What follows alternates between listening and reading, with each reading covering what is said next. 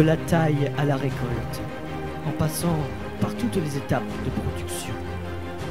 La pose des fils, le séchage, la récolte, la mise au fil, les traitements et le butage, c'est le tout nouveau long métrage de Hobbs Farmer 67. Une année sous les câbles.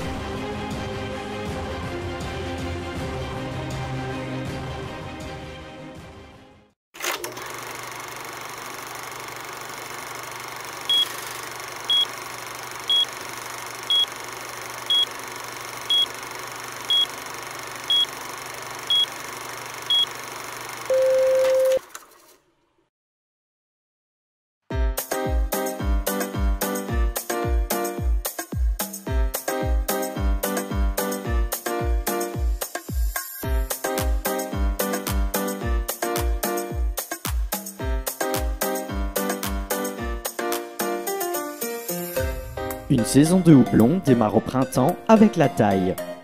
Cette opération est importante pour éliminer la base des lianes de l'année précédente, de limiter l'étalement des rhizomes dans la parcelle. C'est également un bon moyen pour contrôler la durée de végétation.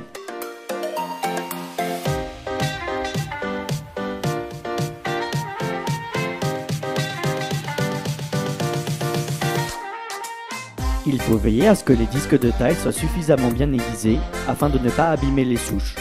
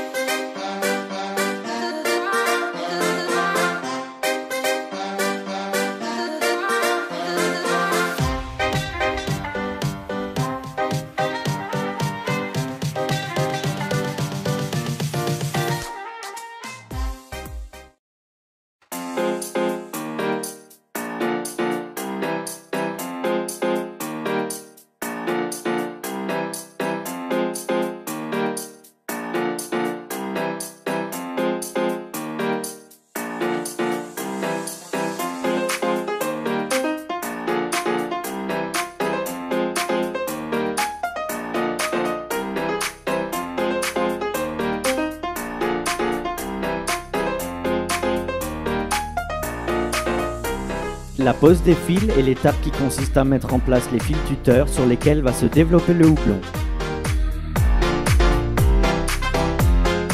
Ces fils tressés en noix de coco longs de 8,50 m sont noués directement sur les câbles porteurs de la houblonnière à l'aide du nœud de tête d'alouette. C'est un nœud double boucle qui se serre automatiquement lorsque le fil est sous tension.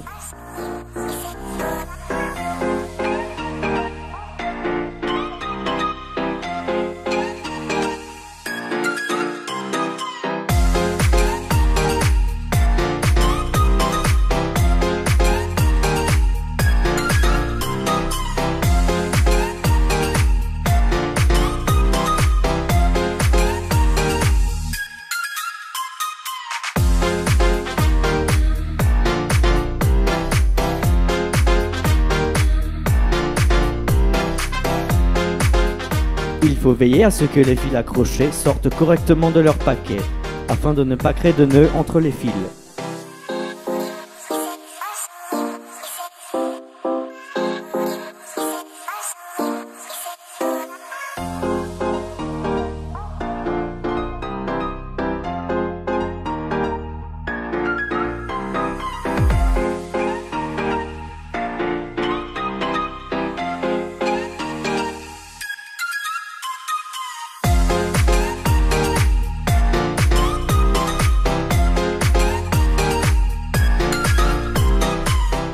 fois accrochés et démêlés de leur paquet, ces fils sont enfoncés manuellement à l'aide d'un pic devant chaque plan.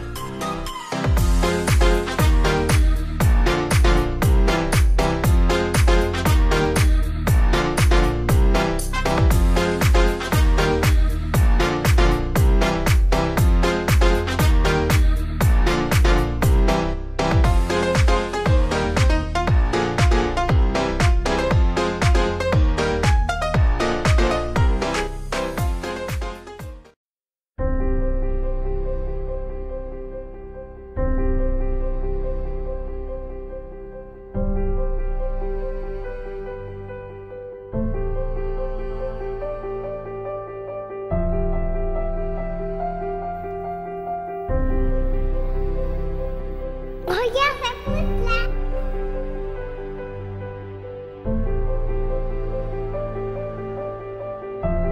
Regarde, ça pousse, c'est magnifique, regarde.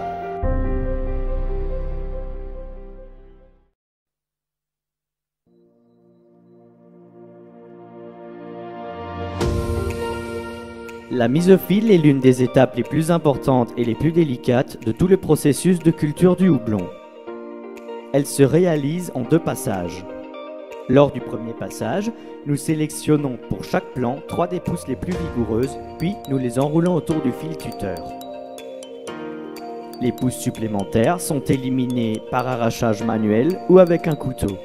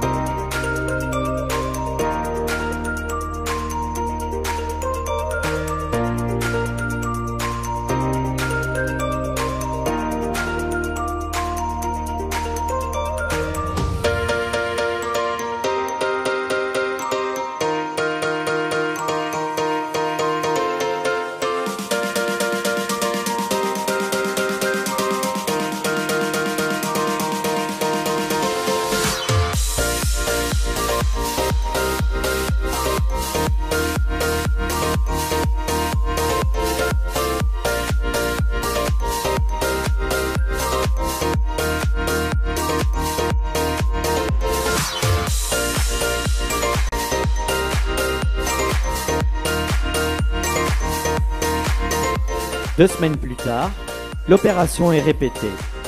On complète les pieds auxquels il aurait manqué des pousses, puis on élimine les pousses qui ont ressurgi du sol.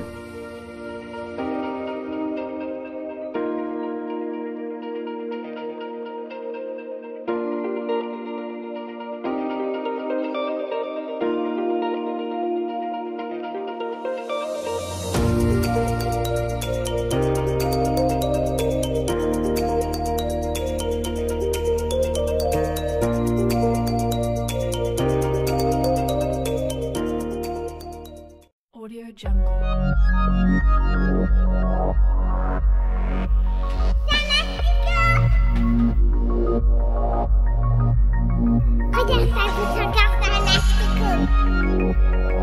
Encore un asticot.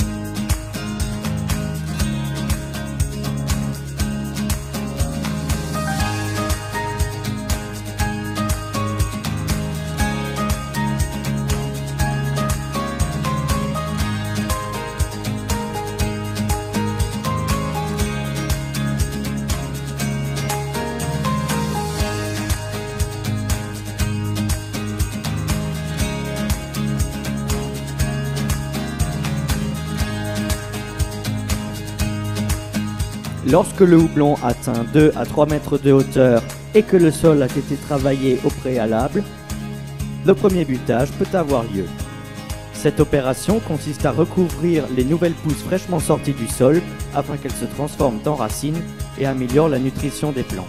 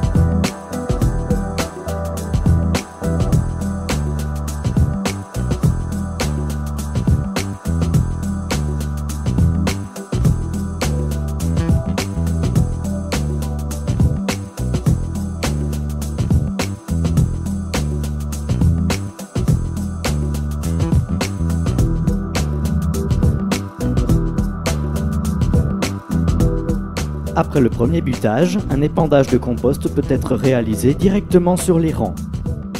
L'objectif de cet apport est de nourrir le sol, d'améliorer sa structure, sa réserve utile en eau et bien sûr nourrir la plante.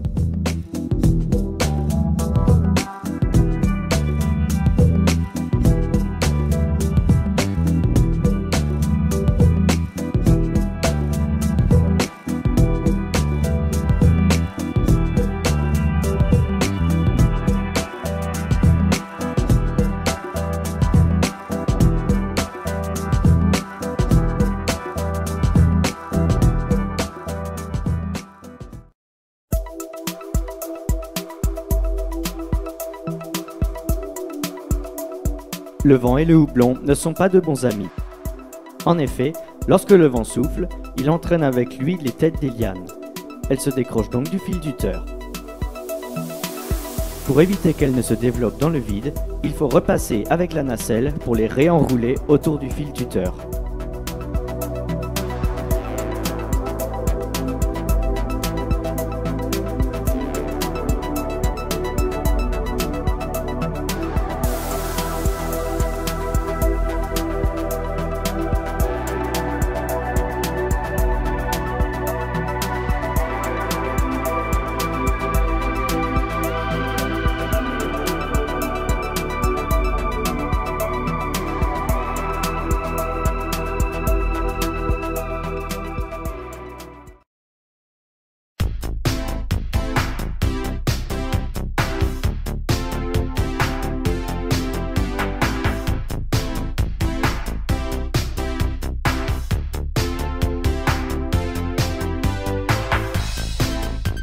L'objectif du deuxième butage est simple.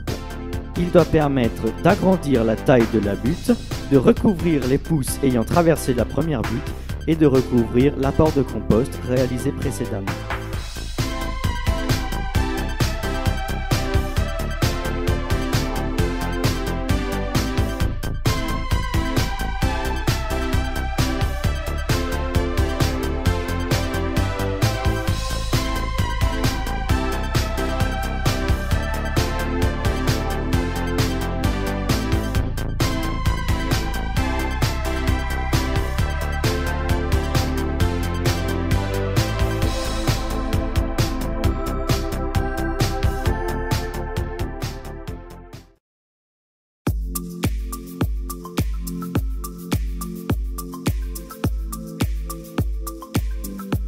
La mise en place d'un engrais vert dans les interrangs est possible. Pour ce faire, il est préférable de mélanger plusieurs espèces de plantes. Dans ce mélange, on ne compte pas moins de 60% de légumineuses qui vont enrichir naturellement le sol en azote.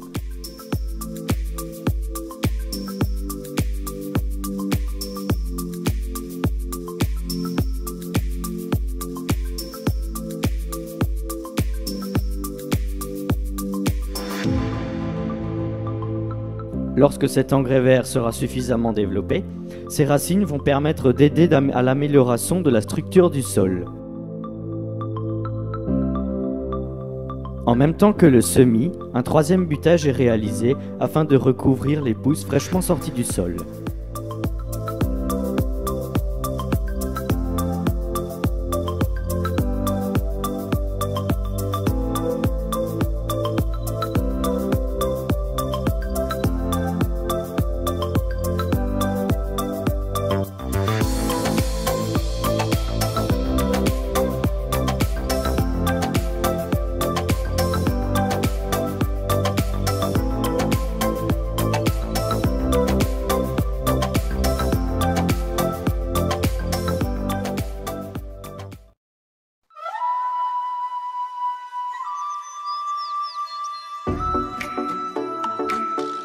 Lorsque le houblon atteint le sommet de l'échafaudage, il doit être effeuillé.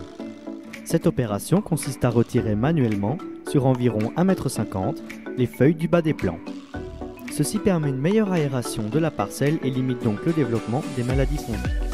Cela va également permettre de faciliter le chargement des lianes lors de la récolte. L'effeuillage manuel est un travail long et contraignant. Heureusement, même en agriculture biologique, il peut être mécanisé.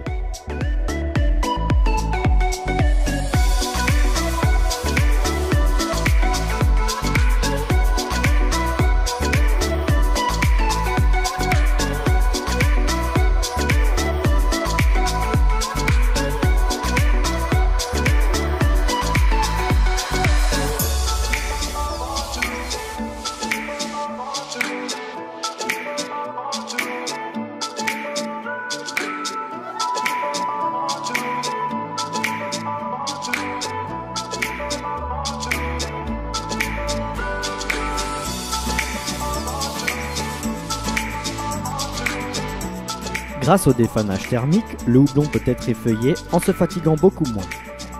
Les avantages de cette opération sont très nombreux. En plus d'éliminer les feuilles du bas des plants, il permet également de désherber la butte et de détruire les éventuels ravageurs s'attaquant à la plante par le bas.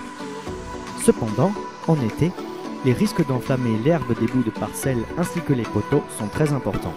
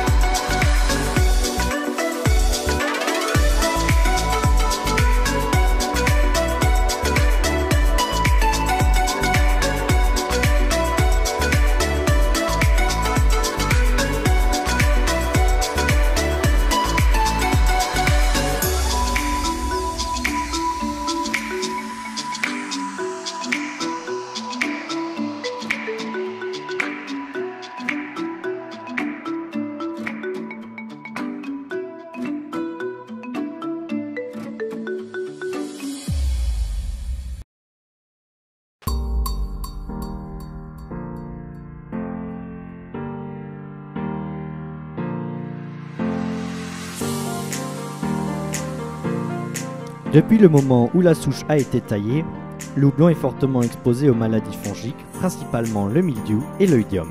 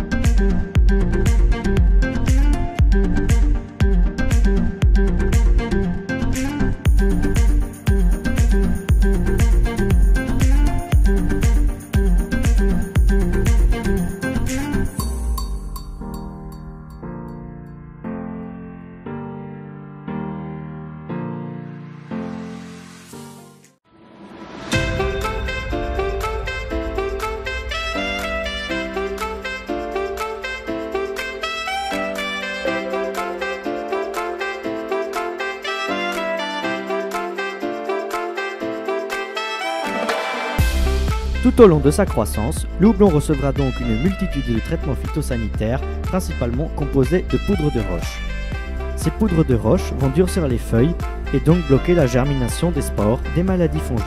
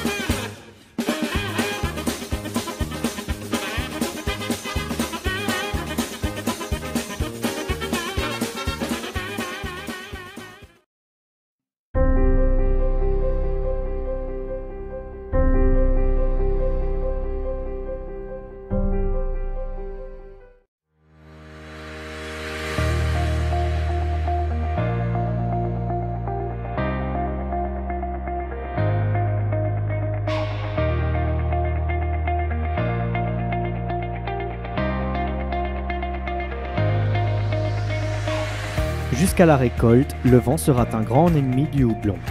En effet, lorsque celui-ci souffle trop fort, les fils tuteurs cassent et les lianes s'allongent donc au sol. À l'aide d'une perche appelée le coucouc, équipée d'un noueur de type pardalera, ces lianes sont donc raccrochées manuellement sur les câbles porteurs de la houblonnière afin de minimiser les pertes.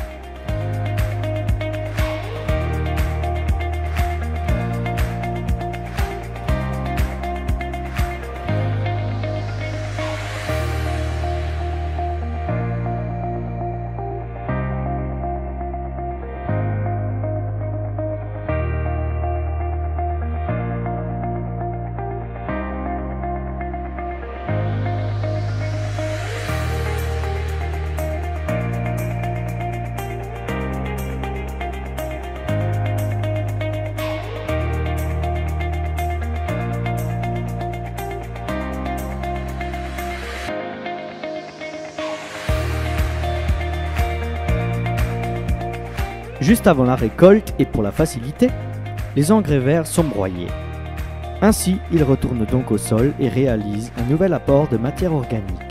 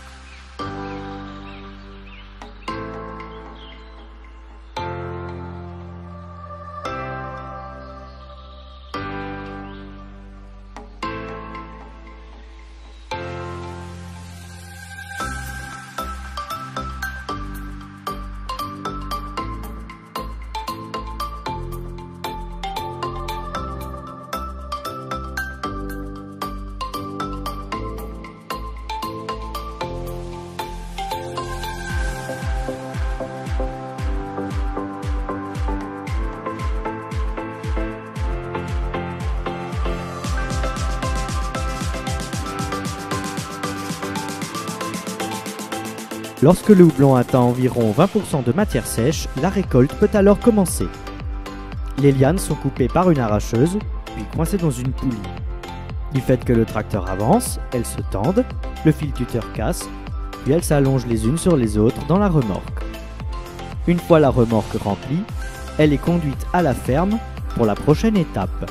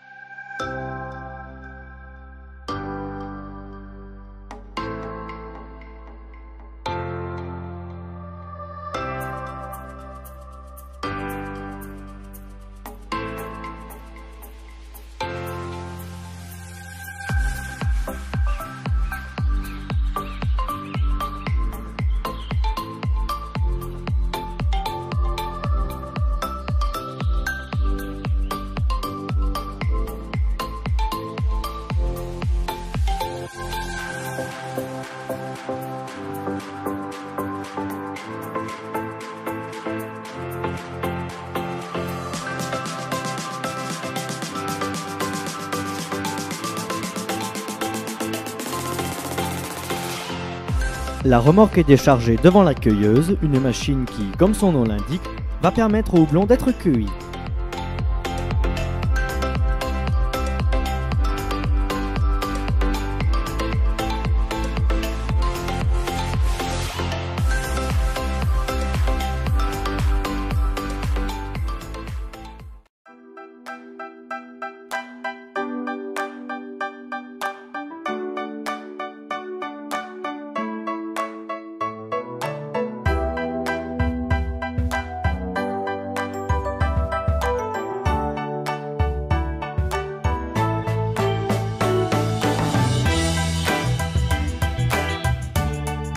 Les lianes sont accrochées manuellement dans la machine, puis tirées dans les cueilleurs.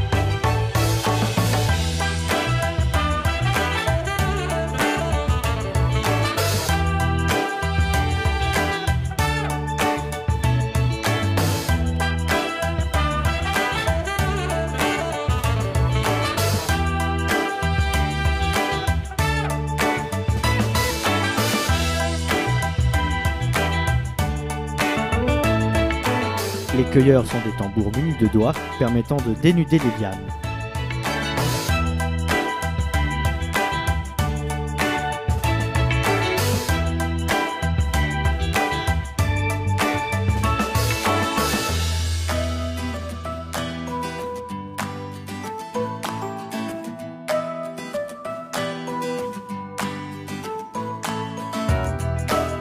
Les lianes cueillies sont ensuite broyées et soufflées vers l'extérieur du hangar.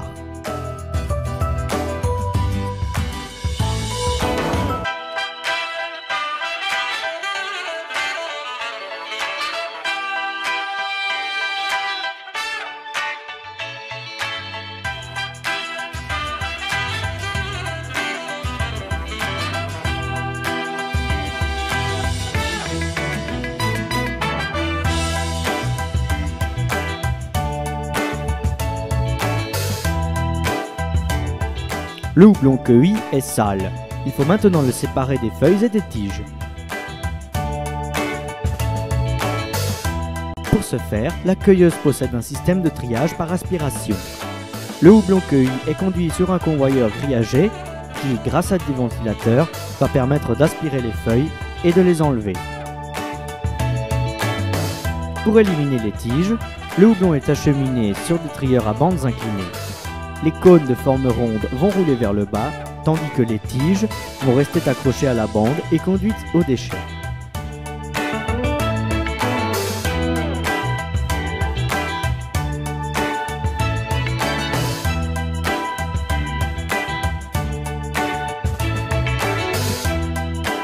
Le houblon maintenant propre, il est stocké dans le silo vert en l'attente de monter au séchoir.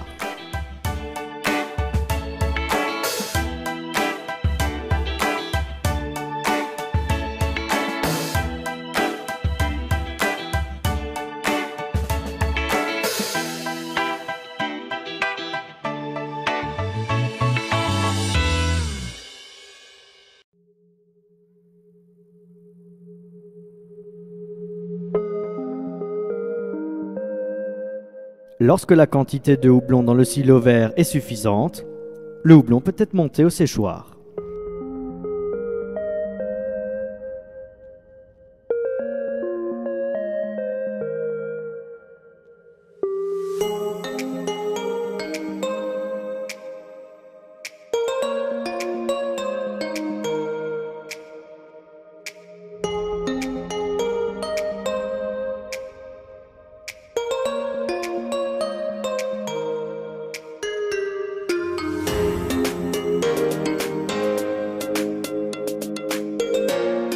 Dans ce séchoir, le houblon est réparti mécaniquement sur une courge d'environ 30 cm de haut.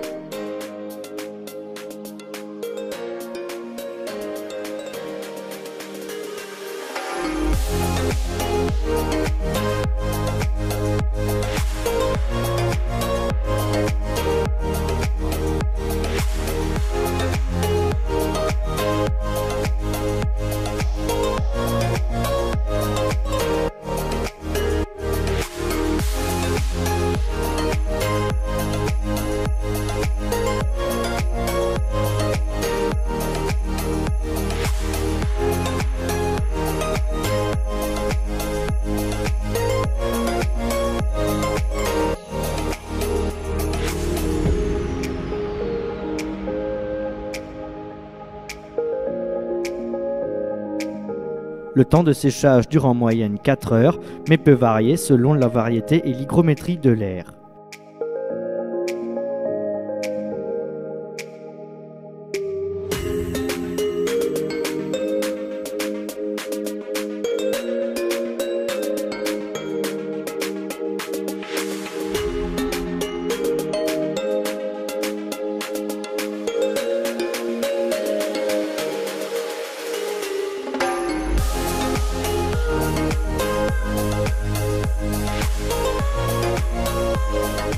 Ce séchoir est constitué de 4 niveaux superposés, dont le plus bas est un tiroir qui permet de sortir le houblon sec.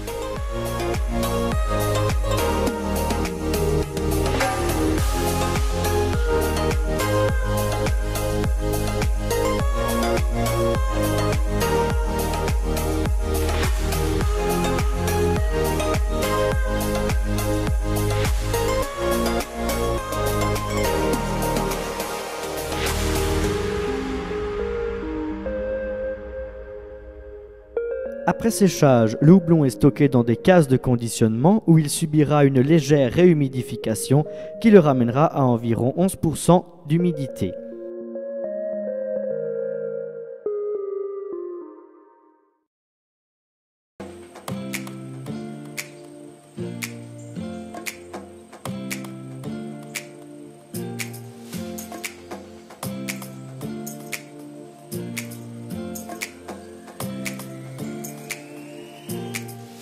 Après tout ce long processus, le houblon est ensaché en balles d'environ 65 kg pour être enfin livré à la coopérative.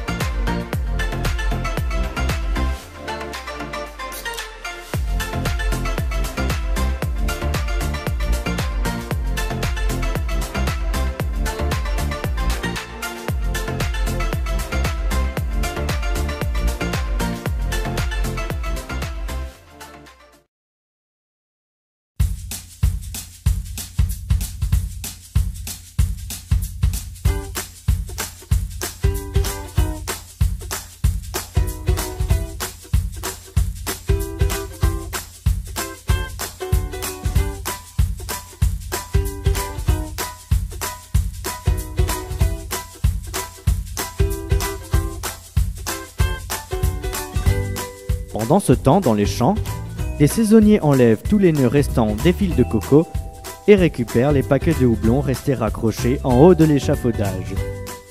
Ce houblon sera récupéré et passé dans la cueilleuse afin de réduire au maximum les pertes.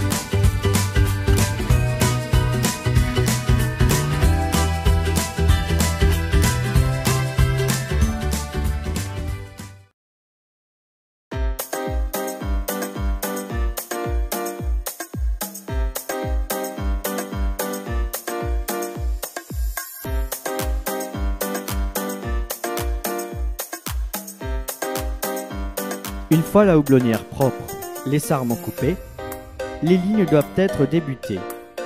Cela signifie que l'on passe avec un disque de part et d'autre de la ligne pour enlever une partie de la butte. L'objectif de cette toute dernière intervention est de faciliter le passage de la tailleuse au printemps suivant.